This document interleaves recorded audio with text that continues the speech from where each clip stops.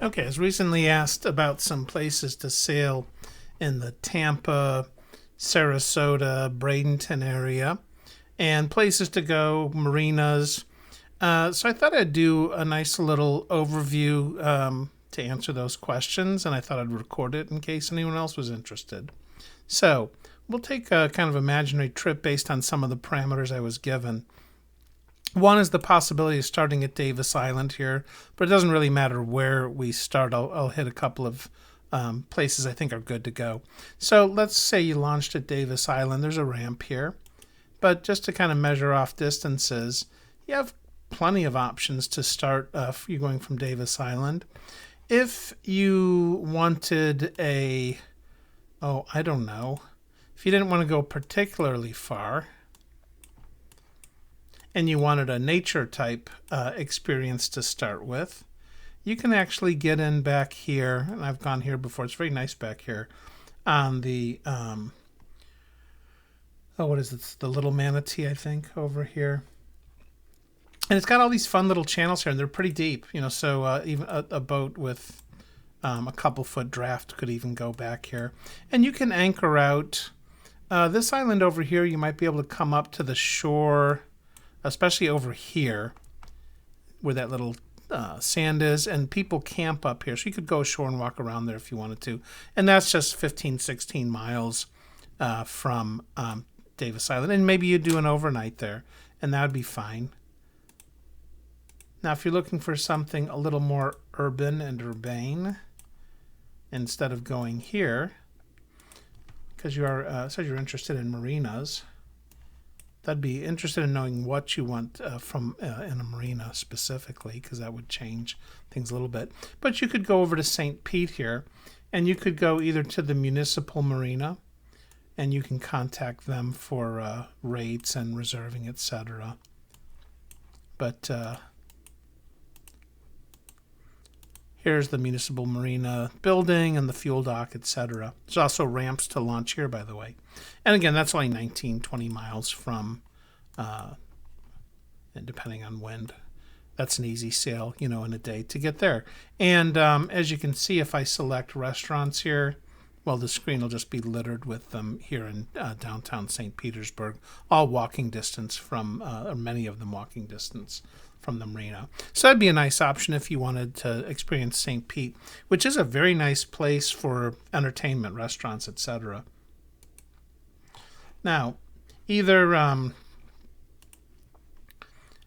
whether you were over here on the Little Manatee River or over here in St. Pete, your next destinations are about the same distance.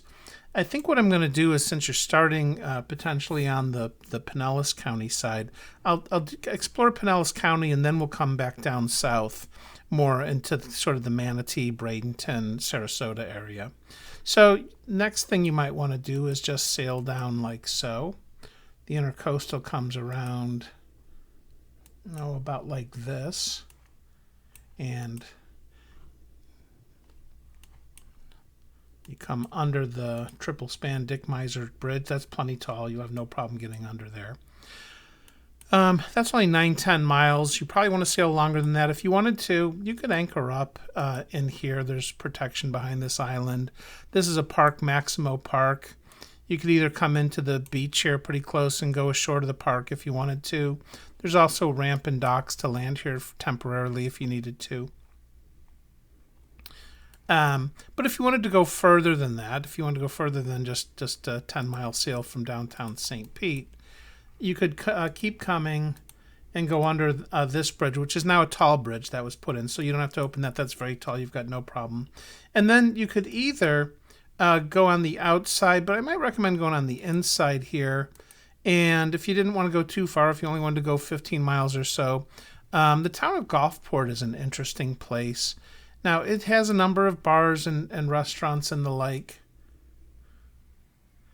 However, a lot of them were damaged in hurricanes, and I'm not positive all of them are open. Usually, if they're on the map like this, they are open, by the waterfront here. And you can actually come to this dock here temporarily if you're going to go here for a meal or something. Or you can come over here. Again, that's only 15 miles from downtown St. Pete, which is an easy day for most boats. You could also come and get an overnight transient slip at the City of Gulfport Municipal Marina if you wanted to spend night or evening there, or you could obviously anchor out like all these boats are doing here. This is a very, very popular anchorage. A lot of people are just leaving their boats there. But this could be a nice day 2 for you here, or 3 if you spent a couple of days up in St. Petersburg. If you wanted to go a little bit further, you could go up the intercoastal some, and there's places to stop. I'll go ahead and take a trip up the intercoastal. Again, from here, whether you stopped here or went further, I'll just pretend you stopped here for the night. And let's go on up the intercoastal. So if the wind is right, you can sail this. Now, these bridges you'll probably have to open. In fact, I know you'll have to open that one. And I think this next one also, Treasure Island, I think you have to open that bridge to get under it. But, the bridges are on Channel 9, and they're friendly, and they work out just fine. You get a little bit more sailing room up here as you get to John's Pass. Now, if you wanted to, you could duck in, for a lunch at John's Pass. Now, they got hit hard by Hurricane Milton, I believe. So a lot of the places are still closed. But if I search the restaurants here, there's some on this shore here. And I'm not sure if they all have docks or not. You could check with them, to see if there were. But, these would be a nice place to stop for a lunch if you wanted to. If not, you'd continue up the waterway here. Again, under sail or motor, depending on wind direction. And some of these bridges may be tall enough to go under. Others you'll have to open. Again, check your height in the bridges. But as you come up here, this is called the Narrows here for obvious reasons. This is a real nice restaurant here, Salt Rock. This is like a fantastic, acclaimed, a little pricier, but very nice restaurant. And they have docks you can land at here. So that's 13 miles up there. So you could probably, get up there in 4 hours, 5 hours, and be there either for a lunch or hang out for a dinner. You can also go a little further up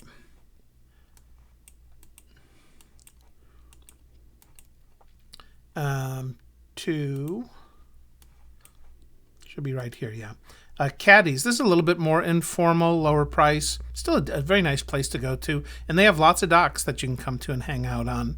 Again, have a nice lunch or dinner there, depending on the time of day. That's only 15 miles there. And you can have a nice dinner. And then if you wanted to, there are a couple places you can pull off on the side here and get a little anchorage and some quietness. If you come up here, by the way, again, this is only a little over 15 miles. These docks here at Keegan Clare Park, and this is just before Indian Rocks Bridge here. These are free day docks here. So you can tie up there, and then there's a number of restaurants that you can go to, all within walking distance from there. There's a VIP Mexican place there. There's Sea Pub. There's Sliced Pizza somewhere around here. People like that. Lots of places, all within a couple of blocks. Walking, you can go right up here to Jimmy Guana's waterfront, which is part of this hotel or condo complex, Holiday Inn Suites on Clearwater Beach. So nice, again, stop for the day. But if you go just a little bit further up here, you're now up to the Bel Air Causeway, a tall bridge, no problem getting onto that. That's only 18 miles, and this would be a fine anchorage over here, depending on wind conditions. If not, there's other little islands you can tuck up next to or behind here, or other little, these fingers you can take refuge in for different wind directions and strength. But that would be a nice day from Gulfport, where you could have a nice lunch or dinner at one of these restaurants and end up here for the night. Next day from here, you can continue up. Now you're in Clearwater Bay, and this is quite sailable. And you can either continue on the inside here, or you could go on the outside and then back in up here at Hurricane Pass at the Dunedin Causeway. This is an area I'm very familiar with. I sail up here all the time. But you could continue under here, and a real nice place to go is up this channel here, and then down this last channel here. I believe it's called Mandalay Channel. And if you come all the way down to here, this is right by this Clearwater Beach ramp, and then library and rec center and pool. This group of docks right here, the first two fingers, are free day docks once again. And again, that's only 7 miles from where we were anchored this morning. And you can see, once again, lots of restaurants to go easily walk over to from the day docks here. Tons of them here on North Clearwater Beach. One of the closest, and a very nice one, is Palm Pavilion. They have nice food, and they're right on the beach here. Frenchie's Rockaway is a very famous place with very good food, and again, very close, not very expensive, and right on the beach. And then there's a variety of different places that you can walk to and choose from.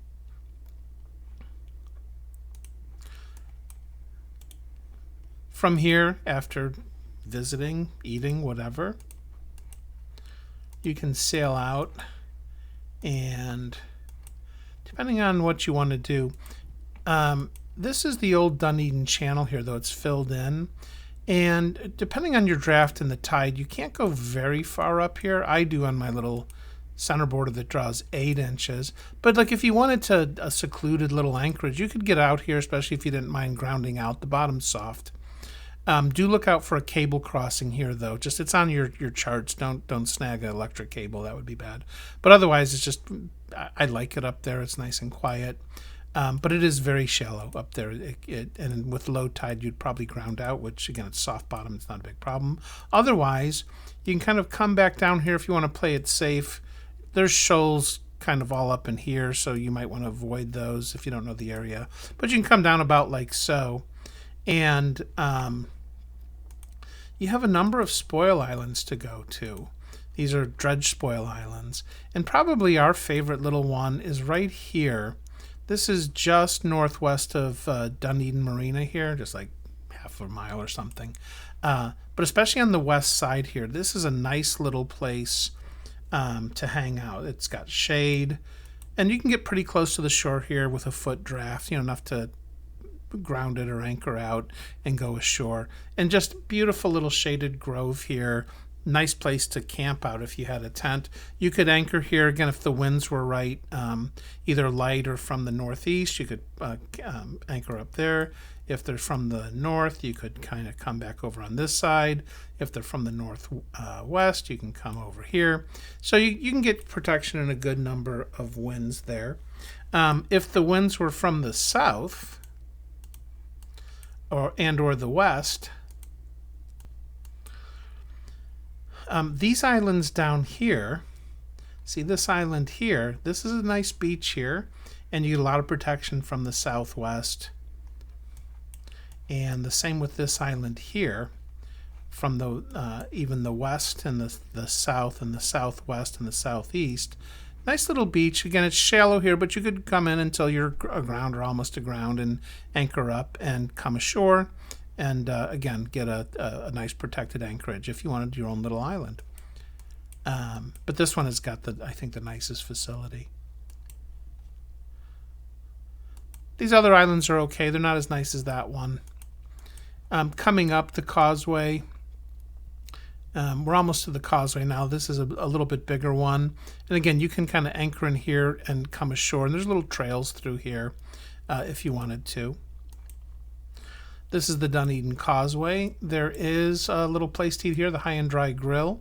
And if there's not, if the water's not rough, if the wind's from the north or northeast here, you could anchor out just outside of this and go to this. This is a little tiki hut. You can get some chicken or a brat or type of thing. Not a very big menu, but you could get a beer and watch the world go by over there if you wanted to. You could also come over to Caladesi Island. This is a state park. There's a channel that comes in here. There's one from the side here, but I wouldn't recommend it in your boat. It's pretty shallow.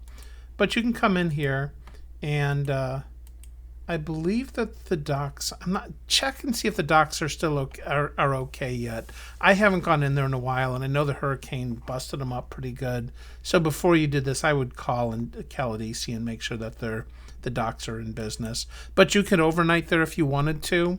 There is bathrooms and cold showers here. You know, if you wanted to clean up, you can walk around the trails on the island, go to the beach. It's a beautiful place. So you could spend the night either at an Anchorage on an island or over at this marina on Caladesi. Or if you wanted to, there's a marina right over here called Marker 1 Marina. It's because this is Marker 1 out in here. And they have transient docks and dockage here. And they're pretty full marina. They've got, I think, hot showers, washing machines to do clothes. Obviously, you can get fuel, water, etc. So that's another, marina if you were looking for marinas. If you wanted to explore a little bit further up this way, you could go under the bridge here. Or again, you could go on the outside into what's North St. Joseph Bay Sound. This part down here is the South Sound. And there's not as much development around, but again, if you love nature, it's fun to come in and anchor in kind of over here. Now, if you go back here, it gets shallow, shallow, shallow. So again, all the bottom's safe though. It's soft bottom. If you go aground, it's not a big deal. Pay attention to your tides. If they're rising, then you can be a little bit more fearless, since you know that you can get off. You can also check out a couple of these spoil islands over here. This one right here is probably one of the nicest ones up in this area. This one here I've gone to, but it was really I didn't like the rocks around it. They weren't that friendly. That one there, to me, it looks like a turtle. I believe is a sanctuary, a bird sanctuary. This one here, Horseshoe Island, people do go to all the time. So you can come in this cove over here or land over by this landing over here. Though during the week, no one's going to be on it at all. On the weekend, there may or may not be people there. You can find out. If you want to continue going up, this is what's left of Three Rooker Bar. It used to be a whole series of islands here, but they've all washed away except for this one. And you can anchor out, again, depending on wind direction in places like that. You can also go up to Anclote Key. This is where the Anclote Lighthouse is. Again, places you can anchor off over here. You can see the deeper water. It's the darker color, but it's a lot of shoal over here. You can anchor in along here, with winds from the west. If you want to go out here, and again, if you anchor in kind of at the south here, you can easily get ashore and walk up and walk the trails and see the lighthouse, etc. I'm not going to go any further north. There's a few places you could go further north. You could go up all the way to Port Richey if you wanted to, which is Hernando, not that far north. There we go, Port Richey. And you can come here in the Pitlakuchi River. And there's a little bayou here and some places to eat if you want to travel that far north. But I'm going to turn you around right now and start heading you back down south. So maybe you did or didn't go up in the North Sound here. If you did, you could go back the way you came under the bridge. You can go out here. You have to kind of watch the shoals a little bit, but it's no big deal. It's sand. And you could come out. You could sail back down and come in Hurricane Pass here. That's just 5-6 miles. You could come all the way down here to Clearwater Pass and come in this way. This is a tall bridge here. That's no problem to get into. There's one place one or two places, but one place you can eat is Shepherd's Beach Resort here. Again, you'd have to come in and pretty close and get to some shallow water and go ashore there, but you can eat at Shepherd's. Now, you can come back in and down just the way we came, up down the intercoastal, and you have all those options again to eat and stop, etc. Let's pretend we're ambitious, and let's Let's go for a real sail here. Now, if I really wanted to go all the way down to here, that'd be like 26 miles. That might be a little bit of a day for you. You'd go in John's Pass, and you would pick up. You might go back here to anchor out and over here by Bay Pines or something. That'd be a 30-mile day if you wanted to do that. I mean, sailboats sail 30 miles. If you didn't want to do that, you could come down the intercoastal, or maybe you could come down and back into South St. Joseph Sound, only go like 10 miles or so. And then the next day you could do this piece. Or if you started a little farther south, you could come all the way down to here. And this is at the tip of Tarasea. This is Shell Key. What's the name of this pass? I'll remember it in a second. Well, Passagrille is right here is what this is. And you can come in here to Passagrille, and this is Gulfport where we were before. But you can come under the bridge here, and again, depending on how many miles you've gone, same thing as before. You could, the number of places you can find shelter to anchor back in here. Even alongside the causeway, there's some places, or the causeway for the bridge, little places that are, at the end here, there's a nice little spot. Like, look at that little spot there. You can tuck up in there as an anchorage. That's just before the tall part of the bridge. And if you did, suppose you came there or you spent the night down here at Maximo Park, well, you'd be set up well for your crossing of the mouth of the bay here. If you wanted to, you could come over to Egmont Key.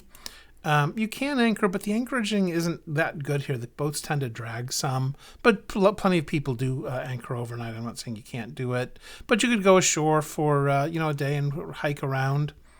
Or if you weren't interested, you could bypass that and come back now to the Manatee County side. And you were talking about going to Bradenton before. So coming into Bradenton, you could anchor for the night or for the day here at the DeSoto Memorial in this little anchorage here. Again, you'd want to come close to shore, probably over here, somewhere in this area here. And you can see there's trails coming off here that you can take back to the visiting center and this is short walks through the forest. But you can, read up on DeSoto and him coming to Florida and the Native Americans, etc. And again, you could spend the night there, or if the wind was out of the north, again, you're actually going to, in here, come in more like that, if I'm going to be more accurate to get around that point.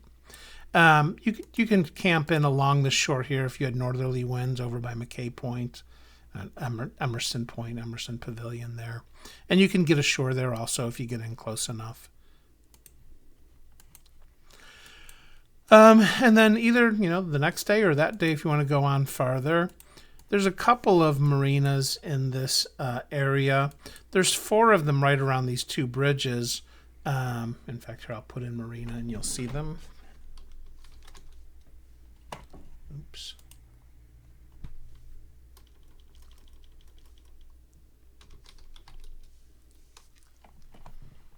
Ta-da. So on the south side here, we have Twin Dolphin Marina.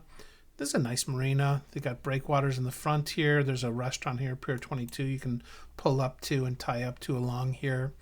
Go to a nice lunch. I looked at the prices here though, and they were pretty high. But you can contact him and see what it would be to stay for the night. I think they have a minimum 30-foot charge, for a 30-foot boat. It's not cheap, even for a day or two. It's like a couple $100. I don't know what the rates are like over here on the Regatta Point Marina, but they have a ramp, and they also have transient there. And then if you go past the 41 Bypass Bridge here, you've got River Dunes Marina back over there. And over on this side, you have Tarpon Point Marina. This one's a little bit more little less upscale. You probably get a better deal there if you're just looking for a place to tie up. If you want to, you can go further up the Manatee River under the 75 bridge here, which is plenty tall. Don't worry about that. There's 2 restaurants here if you want to go to them. Whiskey Joe's with docks right there. And there's a place called Woody's River Roo pub that's been there a while. And you can actually come in here and tie up at these little finger piers and have a nice little meal outside under the umbrellas or inside there. I've gone to Woody's a couple of times. It's fun. If you wanted to go further up, you could. If you wanted to get lost in these little maze channels here. I have sailed these from this ramp here just once before. There's quite a bit of current in here, though, so you might make sure that you're anchored tight there if you did decide to go up in here. But they're kind of interesting, and if you went up into some of these twisty, more secluded ones, there's probably not as much current there because they don't connect through as much. But they're really kind of secluded and nice if you like that, if you're looking for sort of a quiet, naturey anchorage. But, so maybe, I don't know, maybe you spent the night at one of these marinas over here. Where you could go next, we could go from here and we could start heading down towards Sarasota. Now, it's a little shallow in between here. I've gone through with my little keel boat. You could probably get through with a foot. But if you wanted to be safe as you come through this little break here, it's on your nautical charts. And now you're in the main channel here. And you've got these bridges. Check their heights. Some of them I can go under. Some of them I have to open. Some of them it's tide dependent. A lot of them have 24, 25 feet, which I'm not sure if your boat, if you'll fit or not. But you can open them. They're all, bascule bridges. And a real nice place to come. You can come down here, get under the Cortez Bridge. And then you come here. You can go either side of Jewfish Key here. If I go on this side toward the bridge, you kind of got to come around close to the bridge. And then around this side. And then this is a really popular place here, this Mar Vista restaurant. You can come here and they have docks for you to land at. This is a nice place to eat. It's a really nice place to eat. This other restaurant, Shore Longboat Key, it was rebuilt, and I haven't eaten at this new restaurant, but they also have docks to go to, and you can eat there. And you could check out both of these and their menus, etc., see what you like. But you can tie up here for dinner. You can check to see if you want a reservation.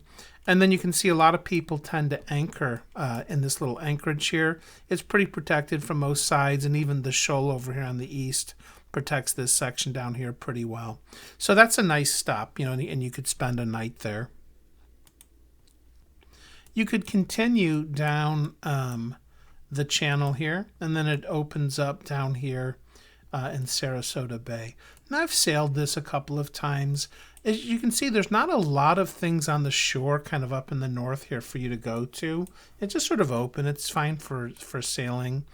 You don't really get, and I haven't super explored it, but you don't get, I think, good accommodation till the south here. There are places to anchor. Well, here, we can measure this off. But if you anchored up here, again, you're not very far.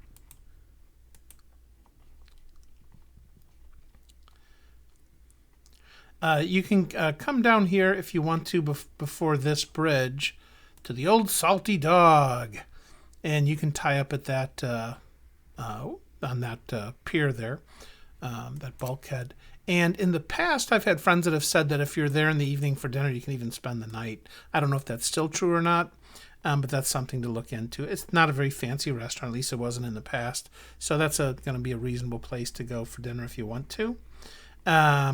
You can go back under this bridge, but you might, whether you went here or not, if we go a little further here underneath the Ringling Bridge, over here is Marina Jack Marina and Boatyard, and I'm almost positive you can get a transient slip there. Or you can come over here and either land at these little docks here or back off this sand point here, which I do on my little boat, and you could probably get in close also. And you can go to O'Leary's Tiki Bar if you want to. That's another kind of semi-outdoor, indoor place if you wanted to go hang out and get a beer or a burger or whatever they have on the menu.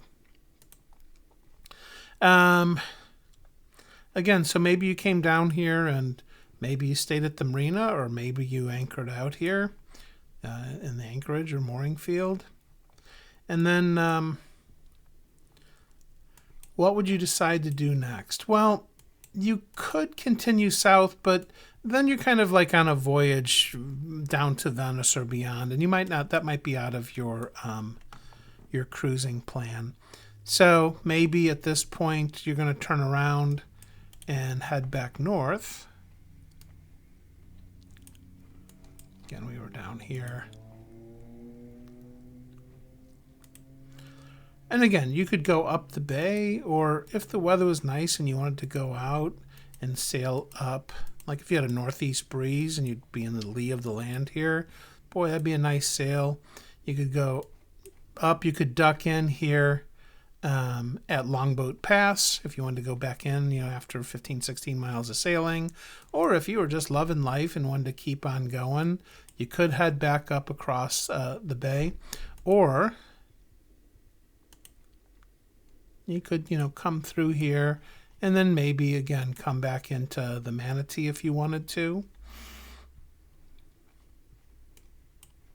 Or if you were so inclined, again, depending on where you left from, and you could make this 2 days, you might spend another day here, and then the next day you might say, I love St. Pete so much, I'm going back to St. Pete, and I'm going to spend a day or two there. Or, boy, I loved it over here in the little Manatee. I loved hanging out over there. And you know what? I can go over to Little Harbor here and maybe tie up at this dinghy dock, or even come in on the beach here if the wind is right, and go to Sunset Grill and have a dinner there. I've done that before when I was over in that area. You could go over to Sims Park, but there's not a lot of reason to. I think they don't have a lot of facility or anything. It's a park where you can camp. But anyway, you can do one or two of the fun things over there. If you wanted to continue and come up this way to the Gandy Boulevard, you could come in here and then come along the Gandy. And I think there's at least 2 restaurants back here. Yeah, you've got the Getaway and Dockside Dining, Dock Getaway Deck. So this pier here is for the Getaway. And there used to be another restaurant. I think it got shut down. That was right next door to that. And I don't know if there's another one back here. No, not really that you can get to easily. But again, that's nice, with the docks there, and you could go there. You can also go the other direction. And I haven't gone here, but I know it's a hot spot. A lot of people go there, more kind of the powerboat crowd. But I can go up this way to Hula Bay Club. And I know lots of people that go hang out there. But they have docks you could tie up at and go here to Hula Bay.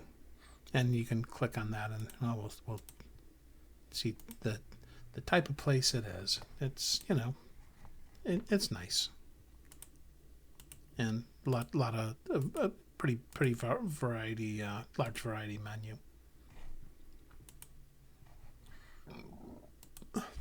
And then again, I don't know how many days we've been sailing now, but it's quite a few.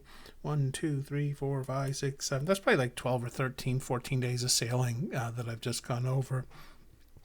And then from there, it's not that far to come around and back here at Davis Island if that's where you started from. And that would be a nice, just a little day sail over from there. Or wherever you decided to be up here. There are a couple of places.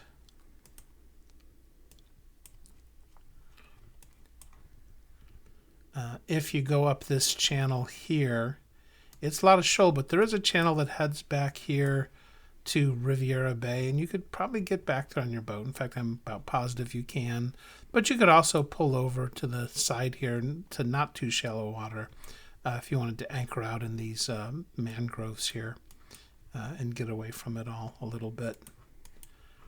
But I think you're probably better off doing that over here in the Little Manatee. That's deeper water. But again, a couple little things you might explore over here. To me, this is a little more urban. I'm not that interested in it. This is MacDill Air Force Base. You have to stay a certain distance off there. I think there's markers that keep you away from getting too close. People go to these little islands here. Beer Can Island right down there. That's a little hotspot people go to. These two spoil islands that they've made, I believe. Well, Fantasy Island, Old Hillsborough Bay, this little one here people go to. And again, maybe you would stop there like your last day before going back to Davis Island the next morning if you needed to get an early start or something. And you'd be back to Davis Island. So there's an overview of some places to go. I've pointed out a bunch of marinas you can go to. I've pointed out a bunch of restaurants you can go to, and basically covered the space as far north as essentially Anclote Key in Pinellas County here, North St. Joseph Sound, South St. Joseph Sound, Clearwater Bay, the Intercoastal,